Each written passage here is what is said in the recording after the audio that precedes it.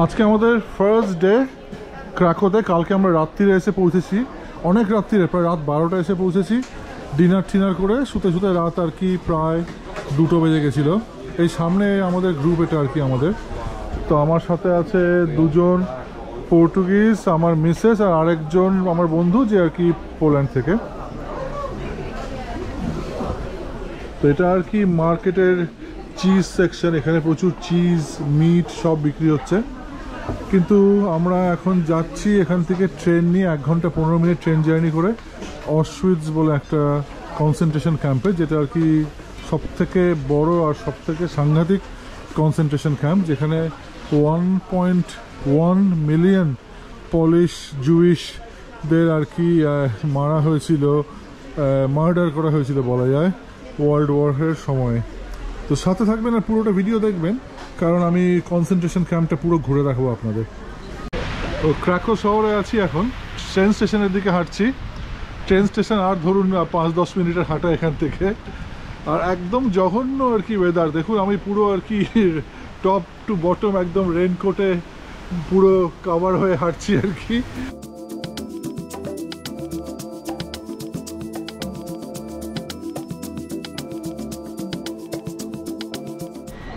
Train স্টেশনে এসে পড়েছি, টিকিট কেটে নিয়েছি।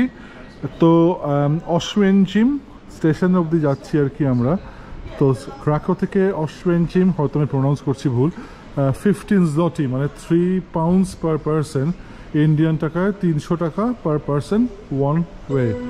তো আমাদের গ্রুপে যেটা বললাম, দুজন পর্তুগিজ আছে, আর আমার মিসেস ছাড়া আরেকজন যে আছে সে আমার বন্ধু, সে আর কি এই অঞ্চলেই থাকে, তাই সে আর কি ট্যুর গাইড হিসেবে কাজ চালিয়ে দিচ্ছে আর কি আমাদের।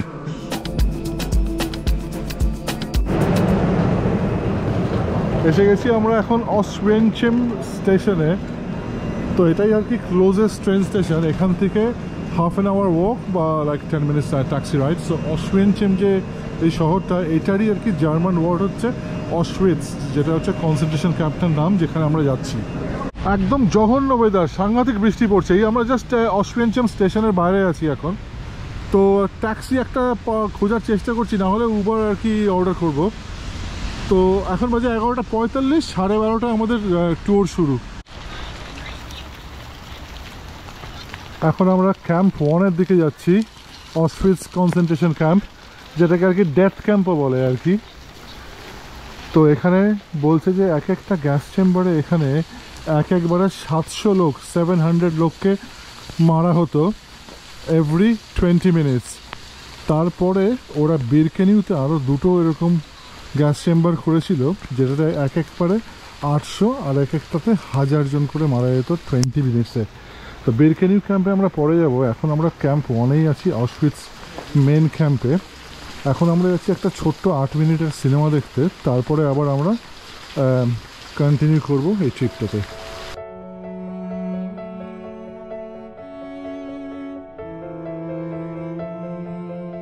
আমরা এখন এখানে 4টে বিল্ডিং দেখব, তারপরে আমরা গ্যাস চেম্বারটা দেখতে যাব।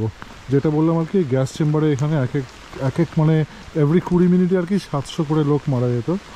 আর বিরকেনিউতে রেড হাউস আর হোয়াইট হাউস বলে 2টো গ্যাস চেম্বার করেছিল, যেখানে একটাতে 800 আর একটাতে 1000 করে মারা সম্ভবত এভরি 20 মিনিটস।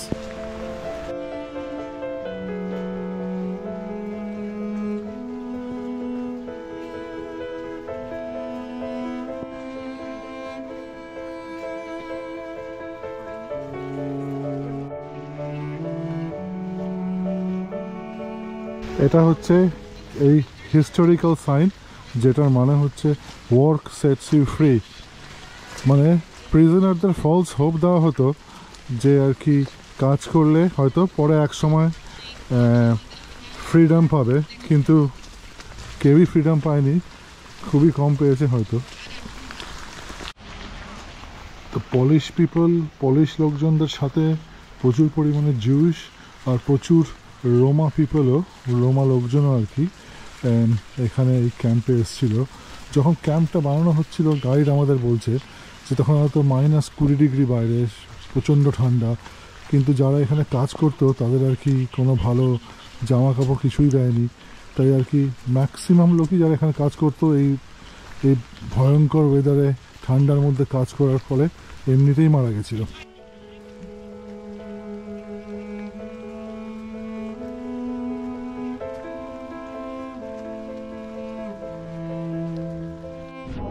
তাহলে শুধু একমাত্র পলিশ শুধু না, Jewish, Soviet prisoners of wars, Roma people, সবাইকে আর কি এখানে আনা হয়েছিল। তো টোটাল বলছে, গেস করে এরা বলছে 1.3 মিলিয়ন এখানে আর কি পাঠানো হয়েছিল অশউইৎজে। আর আউট অফ দ্যাট 1.1 মিলিয়ন মারা গেছে, মানে মাত্র অল্পই কিছু বেঁচে ফিরেছে আর কি। তো খুবই সাংঘাতিক, খুবই ভয়ঙ্কর এখানকার সব কিছু আর কি। আমরা তো ক্যাম্পের ভেতরে আছি, আর গাইড আমাদেরকে ইনফরমেশান দিচ্ছে। তো মানে আপনারা যদি পোল্যান্ডে আসেন, আমি তো বলবো অবশ্যই অশউইৎজ কনসেন্ট্রেশন ক্যাম্পের একটা ট্যুর করতে। পুরোটা ভিডিও দেখবেন, আরও অনেক কিছু দেখানো বাকি আছে। এখানে এই বিল্ডিংয়ের ভেতরে একটা ঘরে কয়েক টন মানুষের মাথার চুল আর কি, মেয়েদের মেনলি। তো ওরা আর কি, জার্মানরা এটাকেও নিয়ে জার্মানিতে প্যাক করে পাঠাতো যাতে আর কি ওটা কিছু জিনিস বানানো যায় ওটা দিয়ে। কিন্তু ওই রুমটাতে আমাদের ছবি তুলতে দেয়নি, তাই আমি ছবি কিছু তুলতে পারিনি। আর আমি এই বাইরে এখন আছি, তো এখনও ট্যুরটা চলছে, অনেক কিছুই এখনও আর আমি ভিডিও করব। সো সাথে থাকবেন আর পুরোটা দেখবেন এই ভিডিওটা।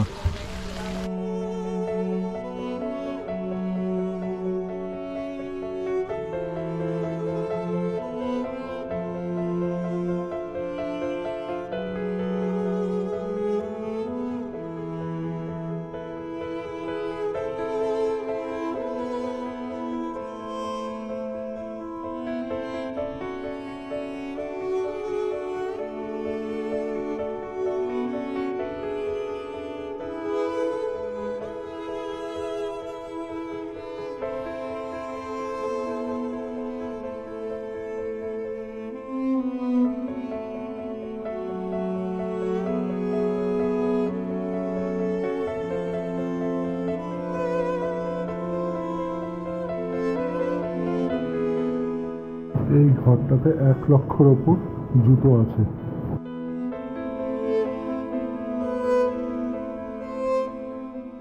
এখানে সব আর কি ইউজড সুটকেসেস আর কি ভিকটিমদের। গাইড বলল যে 15 বছরের নিচে বাচ্চাদের স্ট্রেট আর কি গ্যাস চেম্বারে পাঠিয়ে দিত, কিন্তু যদি পলিশ আর বেলারুশিয়ান যদি হয় বাচ্চাগুলো, তাদেরকে ক্যাম্পে রেজিস্টার করানো হতো। জুইশ হলে স্ট্রেট আর কি গ্যাস চেম্বারে পাঠিয়ে দেওয়া হতো। এখানে আর কি left over belongings of victims এই রুমটাতে। এখানে বলছে যে আর কি যখন আর কি সবাইকে ট্রেন থেকে নামানো হতো প্রিজনারদের, ওদের কী করতো, হাজব্যান্ড ওয়াইফ আলাদা করে দিত, মেল ফিমেল আলাদা করে দিত, সবাইকেই আর কি আলাদা করে দিত আত্মীয়দের থেকে, কিন্তু বাচ্চাদের কখনোই আলাদা করতো না মায়েদের থেকে। তার কারণ যখন পরে যদি বাচ্চাদেরকে যখন মারতে যাবে, তখন মারা থাকলে আর কি ওদেরকে শান্ত করে রাখবে, মানে বাচ্চারা কাঁদবে না, আওয়াজ করবে না, তাই জন্য আর কি বাচ্চাদের মায়েদের থেকে আলাদা করতো না। মানে এটা আর কি পুরো প্ল্যান সিস্টেমেটিক ওয়েতে আর কি ওরা আর কি এই মার্ডারগুলো করতো এখানে।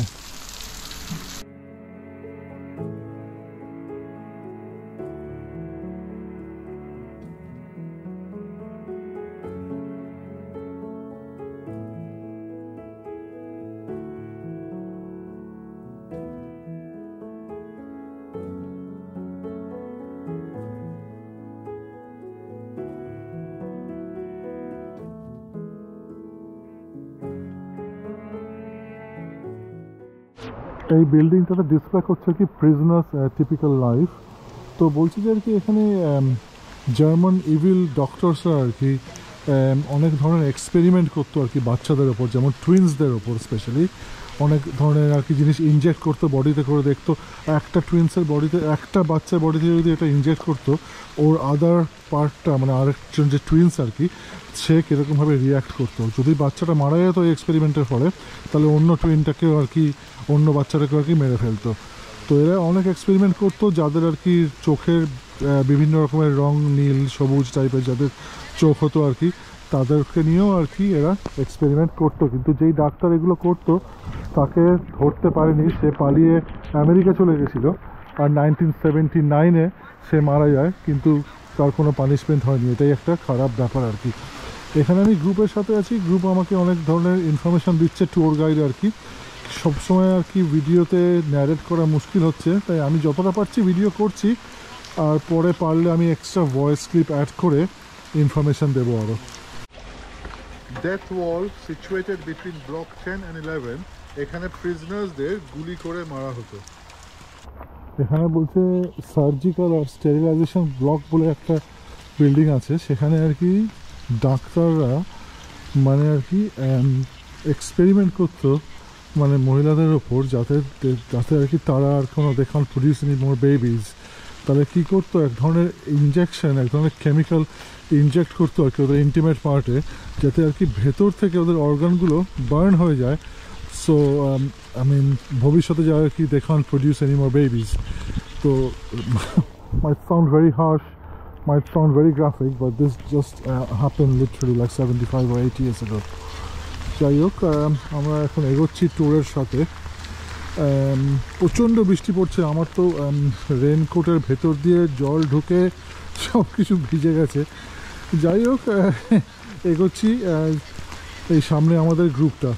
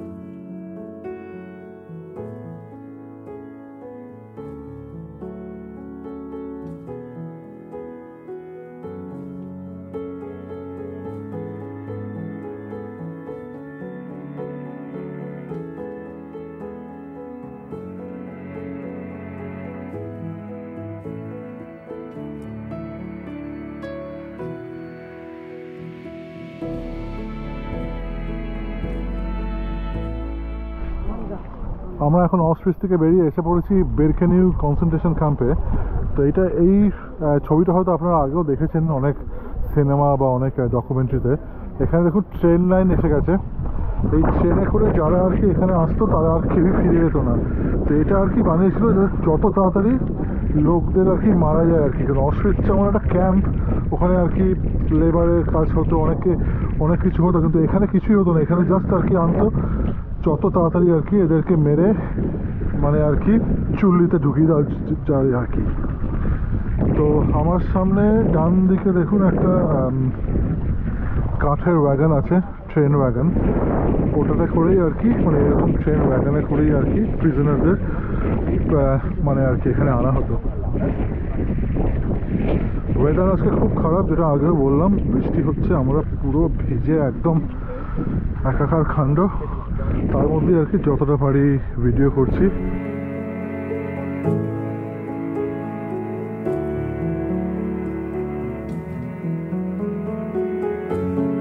প্রিজনারদের জন্য এই ক্যাম্প থেকে পালানো খুবই শক্ত, তার কারণ দেখছেন এখানে বার্বড ওয়্যার দিয়ে আর কি পুরো ফেন্সিংটা করা, যেটার মধ্যে ইলেকট্রিক পাস হতো, বেরোনোর কোনো চান্সই নেই। যদি কেউ বেরোয়ও পড়তো, এখানে দেখুন গার্ড টাওয়ার আছে, ওয়াচ টাওয়ার, এখান থেকে আর কি ওদেরকে স্পট করতো যদি কেউ পালানোর চেষ্টা করতো। তাও যদি পালিয়ে যেত, এসএস গার্ড ডগস তারা আর কি প্রিজনারদেরকে তাড়া করে ঠিক ধরে ফেলতো। আর যদি প্রিজনাররা ধরা পড়ে যেত, ওদেরকে ফেরত এনে টর্চার করে মারা হতো। আর একজন প্রিজনার পালানোর চেষ্টা যদি করতো, যদি ধরা পড়তো, 10 জনকে না খাইয়ে অন্য 10 জন প্রিজনারকে না খেতে দিয়ে শাস্তি দিত, তাই যাতে আর কি ভয়ে প্রিজনাররা যাতে আর কি পালানোর চেষ্টা না করে। দেখুন সামনে একটা এসএস গার্ড টাওয়ার। সামনের যে বিল্ডিংটা দেখছেন আর কি, যেটা আমি একটু আগেও দেখিয়েছি আপনাদের, যেটার তলা দিয়ে আর কি দুটো ট্রেন লাইন ঢুকছে আর কি ভেতরে, এটাকে বলে হচ্ছে গেট অফ হেল। তার কারণ যেই প্রিজনাররা এই গেট দিয়ে ঢুকে এত অবধি এসে পৌঁছাবে, 99.9% চান্স যে তারা আর ফিরে যাবে না। ট্যুর গাইড একটা ইন্টারেস্টিং জিনিস বললো, আমার সামনে যেটা দেখছি সেটা একটা ভেঙে যাওয়া মানে গ্যাস চেম্বার আর কি, কিছুই নেই, রুইন্স আর কি। তো বললো এখানে আর কি লোকেরা লাইন করতো, করে ওই সামনে দেখাই আমি আপনাদের একটু এগিয়ে গিয়ে, এইখানে লাইনে গিয়ে এই সামনে এখান থেকে গিয়ে ওরা গ্যাস চেম্বারের ভেতর ঢুকতো। ঢোকার আগে ঠিক এই জায়গাটা আর কি, এই জায়গাটা এখানে আর কি আনড্রেসিং রুম, এখানে আর কি জামা কাপড় ছেড়ে হ্যাঙ্গারে রেখে ওদের বলতো যে তোমরা তো এসছো এত দূর থেকে মানে ট্রেনে করে আর কি, হাত পা হয়তো নোংরা ফোংরা লেগে গেছে, তো এখানে সব কিছু খুলে মানে আর কি শাওয়ার রুমে ঢোকার জন্য। শাওয়ার রুমটা আসলে শাওয়ার রুম না, ওটাই হচ্ছে গ্যাস চেম্বার।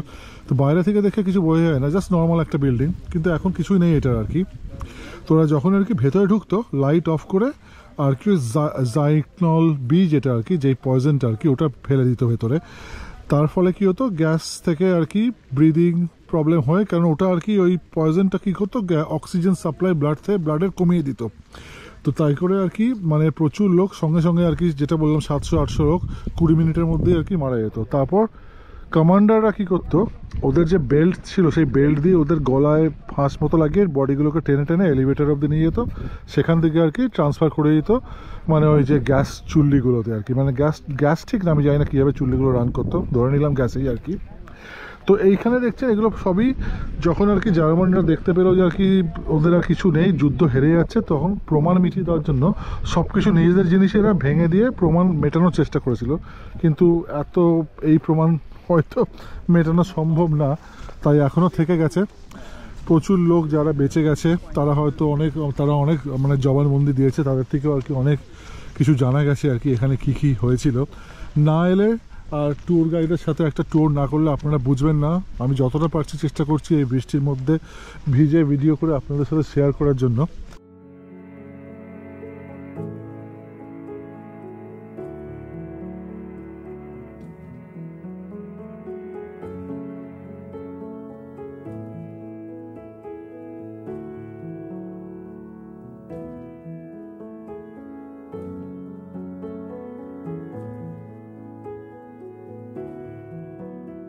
আমরা এখন একটা প্রিজনার ব্যারাকের ভেতর ঢুকছি।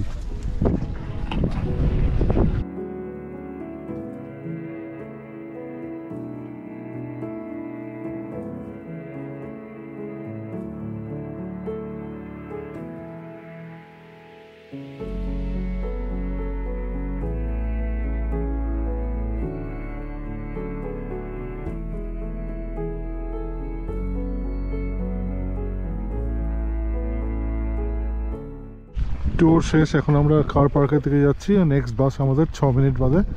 তো ট্যুর গাইড বললো যে যখন আর কি সোভিয়েত আর্মি খুব কাছে চলে এসেছিলো, তখন আর কি জার্মানরা সব প্রিজনার যারা তখন আর কি বেঁচে ছিল এখানে সবাইকে নিয়ে ট্রেন স্টেশনের উদ্দেশ্যে হাঁটা দিয়েছিল, যে ট্রেন স্টেশনটা অ্যাটলিস্ট 30-40 মাইল দূরে ছিল, কারণ কাউকে এখানে ফেলে রাখতে চায়নি, সবাইকে নিয়ে জার্মানি ফেরত যাওয়ার প্ল্যান করছিল আর কি সব প্রিজনারদের নিয়ে।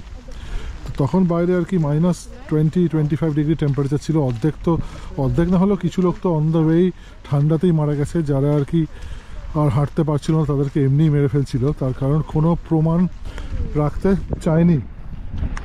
আর যেই 8,500 German SS guard, soldier, commandos এখানে কাজ করতো, তাদের মধ্যে ম্যাক্সিমাম 10% ট্রায়ালে হয়েছে, তাদের কোর্টরুম ট্রায়াল হয়েছে মাত্র 10%-এর, বাকি 90% এদিক ওদিক সব চলে গেছে, নাম চেঞ্জ করে নর্মাল জীবনযাপন করেছে, মানে কিছুই বেসিক্যালি হয়নি তাদের।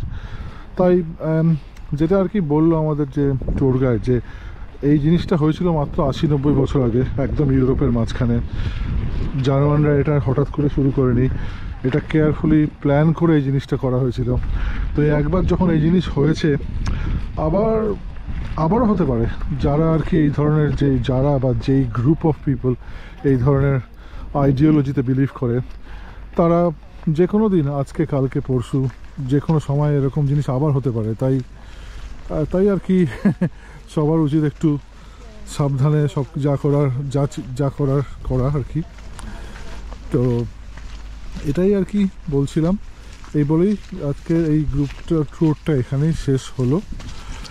তো আমরা বাস স্টপের দিকে যাচ্ছি। এখান থেকে আমরা অশউইৎজ ক্যাম্পে যাব, সেখান থেকে বাস নিয়ে আমরা ট্রেন স্টেশনে যাব, তারপরে ট্রেন করে ক্রাকো শহরে ফিরবো। এখন আর কি বৃষ্টিটা একটু কমেছে, একটুখানি হলেও রোদ্দুর দেখা দিয়েছে। সারা দিন আজকে বৃষ্টি হয়েছে। আর আজকে জাস্ট আমার ফোনে মেসেজ এলো যে কালকে ফ্লাড ওয়ার্নিং। আমি জানি না কালকে আমাদের পাহাড়ে যাওয়ার কথা আছে, ওখানে আমি আদৌ যেতে পারবো কি না, কারণ এখান থেকে ফ্লাড ওয়ার্নিং জারি করেছে, কালকে নাকি আরও বৃষ্টি হবে। এনিওয়েজ, যাই করি না কেন আমি ভিডিও করব, শেয়ার করব আপনাদের সাথে, সাথে থাকবেন। এখন যাচ্ছি ক্রাকো শহরে। ক্রাকো শহর থেকে অবশ্য পারলে দেখি কী অবস্থা দাঁড়ায়, ওখানে যদি বৃষ্টি না হয় হয়তো কিছু ভিডিও করব। থাকবেন সাথে, দেখবেন পুরোটা ভিডিও। অশউইৎজ ক্যাম্প থেকে বেরিয়ে পড়েছি, এখন আমরা হাঁটছি ট্রেন স্টেশনের দিকে। তো দেখলাম যে নেক্সট ট্রেনটা 4:30টার সময়, এখন বাজে 4:20, কোনো মধ্যে ধরতে পারবো না। তাই ভাবলাম হাঁটি আস্তে আস্তে, এখান থেকে 20-22 মিনিটের হাঁটা আর কি। আর প্রচণ্ড খিদেও পেয়েছে, তাই মাঝ রাস্তায় কোথাও একটা দাঁড়াবো, টুকটাক কোনো একটা ছোটো আর কি জায়গায় নিয়ে ওখান থেকে কিছু কিনে খাবো, তারপরে ট্রেনটা ধরবো। 5:30টার ট্রেনটা ধরবো, মানে ক্রাকো পৌঁছাতে আর কি 6:30 পৌনে 7টা মতো বাজবে।